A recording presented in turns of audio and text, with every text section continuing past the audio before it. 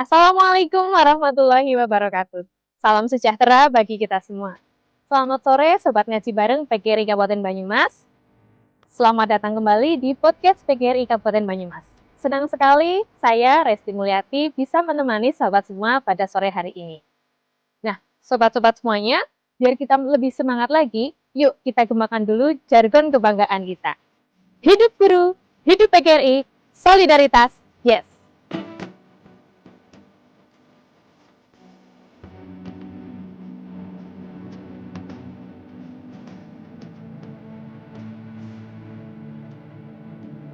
Di episode kali ini, kita akan membahas tema yang sangat relevan dengan dunia pendidikan saat ini. Tema kita adalah AI dan amanah, jujur dalam bekerja dan bertugas, tidak menggunakan AI untuk menipu.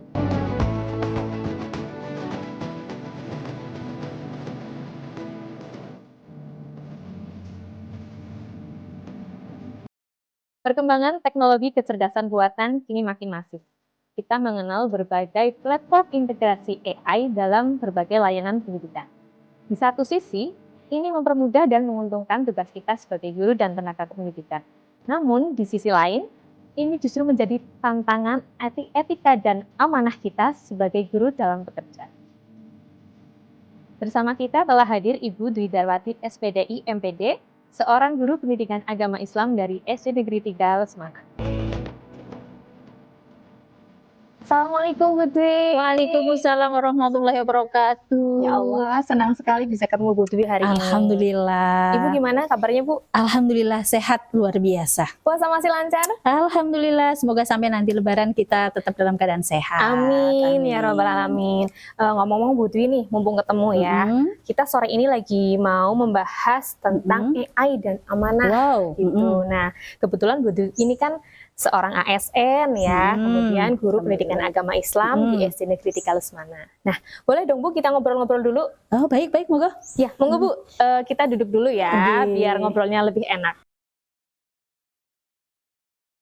Tema kita sore ini sangat menarik ya Bu Dwi, Betul. yaitu mengenai AI dan amanah, terutama dalam konteks pekerjaan kita sebagai guru dan tenaga kependidikan.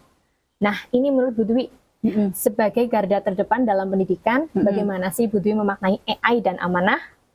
Baik. Wah, ini obrolannya asik nih Bu Resti ya, karena kita menyadari, sangat-sangat menyadari kehadiran kecerdasan buatan atau AI atau artificial intelligence ini adalah sebuah hal yang harus ya, dianggap lumrah sekarang, karena bersinggungan setiap harinya itu kita bersinggungan dengan AI ini tanpa kita sadari. Bahkan sampai ke emak-emak yang di pelosok sana pun sudah loh terimbas AI itu ya, tidak hanya guru saja.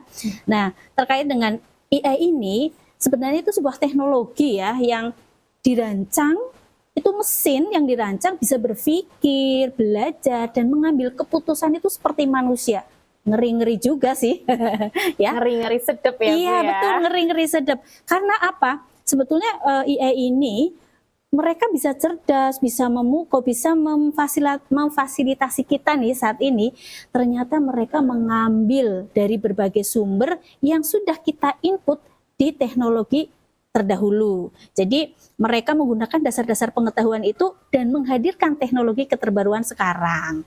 Nah, contohnya kita bisa ada Google Translator ya, terus ada pengenalan input visual dan audio, ada pembuatan keputusan. Nah ini nih keren ini, pembuatan keputusan pun IE sudah merambah sampai situ. Tidak hanya otak kita yang bisa mengambil keputusan, tapi AI sekarang mengambil keputusan. Ngeri-ngeri sedap kan, benar?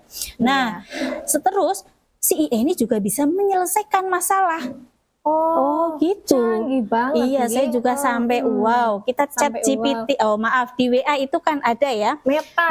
Iya, nah, kita curhat di Meta, terjawab sudah. Iya betul. Padahal kalau curhat sama teman belum. Jangan bocor. Iya, malah bocor kemana-mana. Nah ya, itu Bu. Dia. Nah, AI ini ternyata perlu kita sikapi ya, terkait dengan amanah tadi ya, yang Bu Resti sampaikan, perlu kita sikapi dengan betul-betul dan perlu kita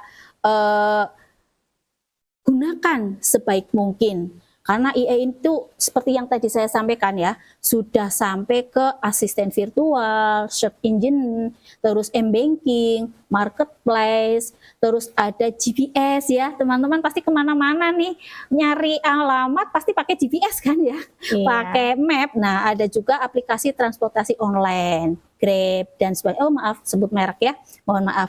Terus ada iklan digital, aplikasi streaming. Nah, ini nih betul-betul harus amanah dalam penggunaannya teman-teman sobat PGRI semua ya. Dan juga dalam kitab yang kita yakini ya, dan juga di kitab-kitab agama lain bahwa sebuah sikap amanah itu tertera jelas harus dimiliki oleh manusia. Karena dalam Al-Quran surat Al-Ahzab ayat 72 disebutkan bahwa Allah itu memberikan amanah kepada alam semesta, gunung, laut, dan sebagainya, namun mereka menolak. Hanya manusia yang mau menerima amanah itu. Luar biasa Luar sekali biasa ya, manusia ya, makhluk yang diciptakan Allah. Nah, untuk itu kaitannya antara kecerdasan buatan atau AI dengan sikap amanah itu betul-betul harus menjadi satu kesatuan yang tidak bisa terpisahkan, sehingga akan menghadirkan penggunaan teknologi yang bijak, jujur, dan tidak merugikan orang lain.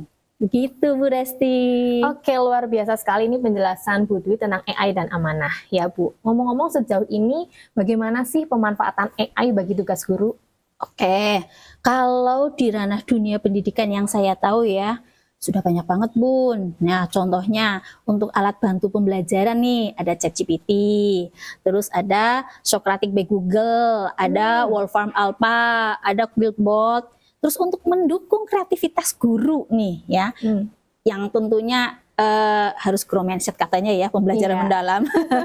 Kita bisa menguasai Canva, ClassPoint, atau Lumen 5. Ya, terus untuk penilaian nih ya, guru bisa menggunakan Gradescope atau Century Tech atau Quizlet. Nah, itu yang bisa kita pakai untuk merancang penilaian-penilaian. Terus yang bisa kita lakukan di AI dalam hal mengembangkan kompetensi yang kita kenal kan ada ruang guru tentunya. Betul sekali ya kan Bu Resti? Ini harus kita manfaatkan dengan sangat baik bijak dan baik. Dan tentunya IA juga bisa digunakan oleh para siswa ya, dalam mengakses sumber-sumber belajar. Tapi tentunya kita sebagai pendidik harus membekali mereka nih dalam penggunaan AI sehingga nanti AI-nya tepat sasaran, tidak kemana-mana dan merugikan seperti itu. Dan juga tentunya Bu, lembaga itu harus mengawal ya perkembangan ataupun penggunaan AI ini di lingkungan sekolah. Guru menggunakan AI sesuai dengan tatanannya ya, sesuai dengan keahliannya, dengan amanah, sehingga administrasi pembelajaran, dan juga capaian siswa itu tidak hanya diserahkan ke AI. Tapi ada kehadiran guru di situ dengan hatinya dalam proses pembelajaran. Gitu Bu Resti. Iya, menarik sekali ya dalam praktik sehari-hari ini penggunaan AI ya Bu Dwi. Nah, tadi yang Bu Dwi jelaskan ini AI itu sangat membantu sekali ya dalam tugas guru dan tenaga pendidikan. Namun bagaimana caranya kita menyikapi agar perkembangan AI ini tidak menjadi jalan pintas tentunya Bu. Ini yang menarik ini. Iya. Betul sekali, AI itu perlu kita tanamkan dalam otak dan benak kita selaku tenaga pendidik. AI itu adalah alat bantu, bukan segalanya ya. Hanya alat bantu ya. Yes, betul sekali. Jadi bukan pengganti tugas kita untuk mengajar di kelas, bukan pengganti tugas kita untuk mengobservasi siswa, dan bukan tugas kita untuk membiarkan siswa mencari sumber belajar lain yang ada di AI tanpa kehadiran kita tentunya seorang pendidik. Itu Bu. Nah, terus tadi setelah saya jelaskan itu ada poin penting yang perlu kita pegang selaku pendidik, bahwa untuk menggunakan teknologi AI itu kita harus memiliki tujuan, yaitu kebermanfaatan. Karena alat bantu ya Bun? Iya. Terus 2, tidak menyalahgunakan AI untuk kecurangan akademik tentunya. Nah, misal bikin karya ilmiah. Nah, itu full pakai AI. Terus bikin apalagi pun nih yang biasa terindikasi RPP, modul ajar. serahkan nih ke AI. Itu janganlah ya teman. Hadirkan kreativitas kita dalam pekerjaan kita. Terus menjaga keaslian karya dan menghargai hak cipta. Itu yang bisa kita lakukan sehingga kita tidak jalan pintas, Bun. Ya, karena kita menghargai karya orang lain. Terus juga menggunakan data secara etis, sopan ya, serta melindungi privasi penggunanya. Jangan sembarangan gitu. Iya, Gitu, Bun. betul sekali. Ya, Sobat Ngaji, penjelasan tentang AI dan amanah dari Bu Dwi ini sangat menarik ya. Nah, kita juga telah mendengar banyaknya manfaat AI. Nah, selain banyaknya manfaat AI, ini pasti banyak juga resikonya ya, Bu Betul, ya. betul. Nah, menurut Bu Dwi ini sebagai garda terdepan, resiko apa yang paling dirasakan oleh guru saat ini dalam penggunaan AI? Betul sekali. Dalam berbagai lini kita sedikit demi sedikit sudah mulai satu ketergantungan. Misalnya dalam keseharian kita terbiasa menggunakan kris, kita terbiasa menggunakan m-banking. Yang pasti saja kita terbiasa menggunakan WhatsApp atau medsos yang lain. Maka ketika itu tidak ada, kita terasa hampa. Itu sudah ketergantungan nih ya, tingkat berat. Apalagi ketika dalam proses pembelajaran atau proses perencanaan pembelajaran kita full serahkan ke AI, maka kita hadir di kelas itu kosong tanpa nyawa. Guru hadir di kelas itu kosong. Karena apa? Semua perencanaannya direncanakan oleh AI tanpa kehadiran kreativitas dan ide-ide kita seperti itu. Terus dua, karena ketergantungan tadi ya, akhirnya menimbulkan banyak negatif lah ya. Terus kedua, resiko penyalahgunaan untuk plagiarisme tadi ya, bikin karya ilmiah tadi pakai AI. Nah, itu dan sebagainya gitu ya. Terus kurangnya semakin lama kita semakin kehilangan kode etik digital. Bagaimana kita tidak bisa bersikap bijak dalam berdigital ya. Ketika di medsos, ketika kita mengutip sesuatu karya orang lain itu karena kita sudah terbiasa dengan kecerdasan buatan itu, merasa itu sudah punya kita loh. ChatGPT, tolong buatkan ini. Muncul semua kan. Nah, seakan-akan itu karya kita kan sudah klaim. Padahal itu kan banyak sekali diambil dari inputan ataupun karya-karya orang lain yang oleh sistem di algoritma dan dijadikan kecerdasan buatan terbaru seperti itu. Nah, nih yang paling sangat-sangat menakutkan itu mundurnya kreativitas murni atau mandul ide dan gagasan. Oh iya. Iya enggak? Karena terbiasa mengandalkan AI. Nah, opo-opo dilayani, apa-apa dilayani wis ana gitu kan. Dah, selesai. Kita hadir di kelas tanpa nyawa, kita menggunakan semua pasrah AI, itu akhirnya mandul kreativitas dan juga mandul ide. Itu gawat itu. Gawat ya ini ya. Gitu, Bun. Ya. Oke, Bu Dwi. Tadi penggunaan AI bisa menyebabkan mandul kreativitas ya ini ya. Nah, lalu bagaimana sih Bu penggunaan AI secara sehat dan tentunya tetap amanah di sekolah? Baik, ya. Agar kita terhindar dari tadi ya beberapa hal yang sangat-sangat merugikan tentunya nanti ketika kita ketergantungan, terus ketika kita mandul ide, maka kita bisa melakukan beberapa langkah. Yang pertama, personalisasi pembelajaran, di mana kita menggunakan AI sekedarnya. Ketika kita butuh menyesuaikan modul ajar, contohnya kita sesuaikan dengan materi, ya sudah sampai di situ. Terus nanti kita improve dengan kreativitas kita, dengan ide-ide kita. Terus kedua, kita meyakini bahwa AI itu adalah asisten pembelajaran, bukan segalanya ya. Jadi ketika kita memberikan umpan balik dalam proses pembelajaran, kita memberikan respon, kita memberikan penilaian, itu berdasar observasi dan kemampuan pendidik, bukan diserahkan semuanya ke AI. Kita nih contohnya hasil penglihatan kita, observasi kita ketik di ChatGPT atau di yang lainnya, terus muncullah itu hasil penilaian berdasarkan rubrik yang kita input mungkin ya. Nah itu nanti kita jadikan hal akhir.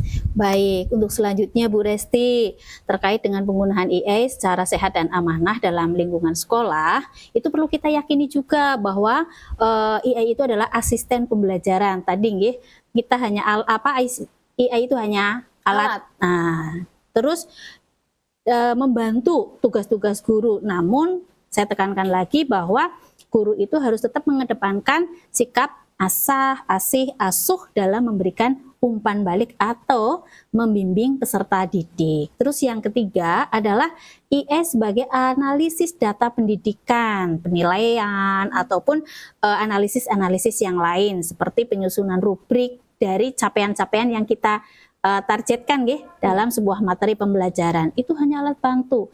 Semuanya itu nantinya harus dimasuki atau ada kehadiran guru di situ, ya. Ide-idenya, hasil observasinya tidak diserahkan secara total atau 100% kepada AI atau kecerdasan buatan.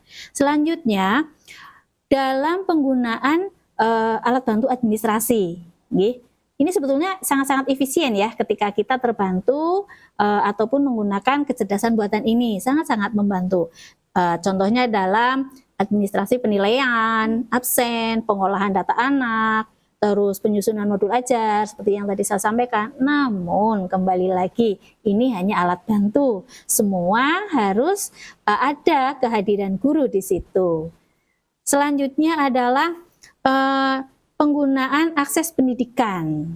Ini harus menjadi alat bantu menyebarkan akses pendidikan lebih luas. Contoh, ketika di sekolah-sekolah kita itu tidak bisa melaksanakan pembelajaran secara offline atau langsung, bisa kita menggunakan kecerdasan buatan ini untuk menciptakan pembelajaran jarak jauh melalui kuisis atau melalui Padlet dan sebagainya. Tentunya penggunaan AI yang sehat dan amanah ini, poin pentingnya satu, ada pendidikan karakter digital sejak anak-anak. Ini perlu ditekankan sekali. Guru harus menghadirkan itu. Kita menggunakan AI, tapi kita kasih tahu juga nih alarm-alarm yang ada di penggunaan AI itu. Terus guru juga harus mencontohkan menggunakan AI dengan etika digital yang baik. Terus yang kedua, tentunya nih kebijakan sekolah ya, yang jelas dan betul-betul membuat batasan-batasan dalam penggunaan AI di lingkungan sekolah. Begitu, Bun. Oke, ya. Tadi berbicara soal AI, berarti ini lebih ke alat bantu saja ya, Bu Dwi ya. Nah, selain soal tugas dan administrasi yang bisa kita serahkan ke AI, tentunya hanya sebagai alat bantu pengelolaannya, ada nih Bu, satu peran guru yang tidak bisa tergantikan dan tidak bisa dilepaskan ya, apalagi kalau mau digantikan dengan AI, yaitu suatu tugas keteladanan ya. Nah, bagaimana pengaruh integritas guru terhadap peserta didik dalam penggunaan AI? Baik, wah ini jargonnya Ki Hajar Dewantoro.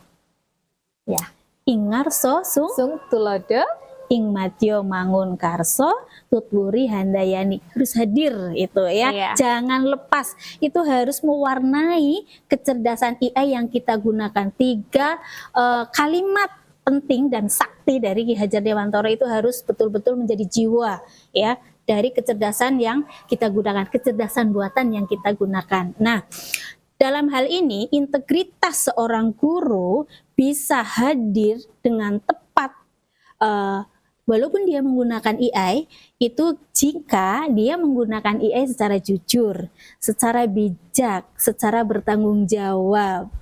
Contoh nih ya, ketika kita mengajarkan kejujuran kepada peserta didik bahwa anak-anak kita mengambil sumber belajar ini yang disusun oleh bunda ini loh, bapak ini loh, guru dari sini. Kita terangkan nih sumber belajar yang akan kita gunakan dalam kelas kita. Maka itu akan berimbas kepada siswa kita bahwa dia akan tahu, wow ternyata menggunakan kecerdasan buatan atau video-video yang ada di YouTube itu kita harus tahu sumbernya, harus tahu siapa pemiliknya, seperti itu. Sehingga itu akan membuat pagar-pagar tak sadar ya di anak-anak, di otak anak-anak bahwa oh ya kita harus betul-betul mengerjakan tugas kita sendiri, mengerjakan PR-PR kita sendiri. Walaupun ada ChatGPT, ada Google, ada HP yang di rumah bisa diakses untuk ditanyai selain emak dan bapaknya ya. Iya, betul sekali. Anak-anak sekarang ketika ada tugas pasti tanyainya di Google, di ChatGPT. Tapi ketika kita mencontohkan kejujuran itu di dalam kelas, maka akan merasuk ke anak-anak, ya, menginspirasi anak-anak. Oh, Pak Guru Bu Guru aja jujur, ya. nggak diakui itu YouTube-nya dia, nggak diakui, nggak disampaikan itu punya siapa. Nah itu, sehingga anak-anak akan tadi karakter digital sejak dini itu tumbuh. Terus yang kedua, keteladanan digital, ya tadi sudah saya singgung sedikit, sumber-sumber digital yang kita gunakan kita harus sampaikan ke anak, dan juga kita mengajarkan ke anak cara memverifikasi informasi AI. Betul. Mana yang hoax, mana yang betul, mana yang benar-benar terjadi, mana yang tidak terjadi. Nah itu kita harus hadirkan di situ. Kita harus kasih tahu ke anak-anak kita bahwa kecerdasan buatan tidak selamanya ramah, kecerdasan buatan tidak selamanya positif. Nah, siapa tahu nih gambarnya Bu Resti, fotonya Bu Resti diupload di Dola. Muncullah itu Manuhara atau Batman gitu kan. Nah itu nanti jadi tidak baik. Ketika kita mengajarkan ke anak bahwa ada etika yang harus kita patuhi, maka insya Allah kecerdasan buatan ini akan bermanfaat secara maksimal. Terus kedua, ketiga, membentuk sikap tanggung jawab. Ya, anak dibekali sikap tanggung jawab, tapi kita sebagai guru mencontohkan, ya, kita bertanggung jawab kepada tugas kita sebagai pendidik. Kita betul-betul hadir, tidak diserahkan ke AI tadi ya, tidak diserahkan ke kecerdasan buatan, tapi kita hadir di kelas. Kita mengawal proses berpikir anak, growth mindset-nya kita tumbuhkan, sehingga pembelajaran itu tidak hanya kosong ya, tanpa nyawa, tapi kehadiran kita itu memberi nyawa tentunya. Terus selanjutnya mendorong berpikir kritis tadi ya. Ketika kita bisa mendampingi anak kita untuk bisa memproses, memverifikasi, dan memilah-milah informasi, maka akan tumbuh kecerdasan kritis anak. Sehingga terbentuk karakter anak nih yang terakhir, jujur, disiplin, bertanggung jawab, bijak tentunya dalam penggunaan kecerdasan buatan, dan juga dalam menyelesaikan masalah-masalah hidupnya di masa mendatang ataupun sekarang. Begitu, Bun. Oke, luar biasa sekali ya. Jadi intinya AI ini bukan suatu tantangan atau resiko ya, tapi harus menjadi pendukung kita dalam melaksanakan pendidikan. Yang penting kita harus tetap hadir dalam pendidikan, apalagi dalam membimbing anak-anak di kelas. Betul sekali. Nah, ini Bu Dwi, menjelang berbuka puasa, mungkin ada pesan penutup untuk Bapak dan Ibu guru atau tenaga kependidikan di rumah. Baik, terima kasih.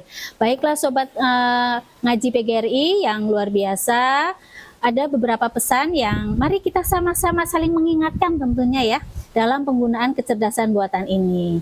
Yang pertama, mari Bapak Ibu guru selaku tenaga pendidik, kita yakini dan kita gunakan betul bahwa AI itu adalah alat bantu pembelajaran.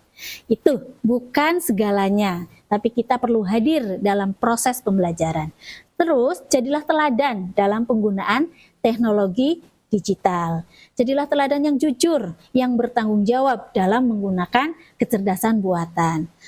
Yang selanjutnya, Bapak Ibu guru sekalian, mari kita terus dukung perkembangan berpikir kritis serta menanamkan nilai integritas, etika digital, dan juga kejujuran akademik kepada peserta didik kita. Tentunya dimulai dari diri sendiri dulu ya, harus itu. Yang selanjutnya, mari kita gunakan kecerdasan buatan ini untuk memperkaya metode mengajar, membuat kita lebih kreatif, memahami kebutuhan belajar siswa dengan lebih mudah. Itu tentunya, jadi memaksimalkan yang positif, mengurangi yang negatif. Selanjutnya pesan untuk anak-anak ya, anak-anak hebat di sana di Banyumas tentunya ataupun di mana saja, gunakanlah AI secara bijak untuk belajar dan memahami materi, bukan untuk menyontek. Terus jadikan AI sebagai sumber inspirasi, bukan pengganti gurumu.